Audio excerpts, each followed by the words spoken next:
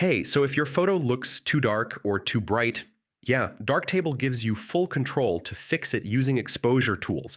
In this guide, I'll show you step by step how to adjust exposure in Darktable in 2026. First thing, import your image and open it in darkroom mode. This is where exposure editing happens. Next, locate the exposure module. So it's usually in the basic adjustments section. All right, use the exposure slider. I mean, move it left to darken or right to brighten your image. Now control highlights.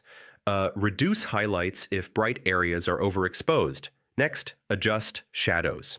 So, you can bring back details in dark areas without ruining the image. All right, adjust contrast. I mean, this helps balance the difference between light and dark areas. And yeah, toggle before and after. This helps you see the difference clearly. So that's how you adjust exposure in Darktable. Once you understand it, you can fix lighting in any photo easily.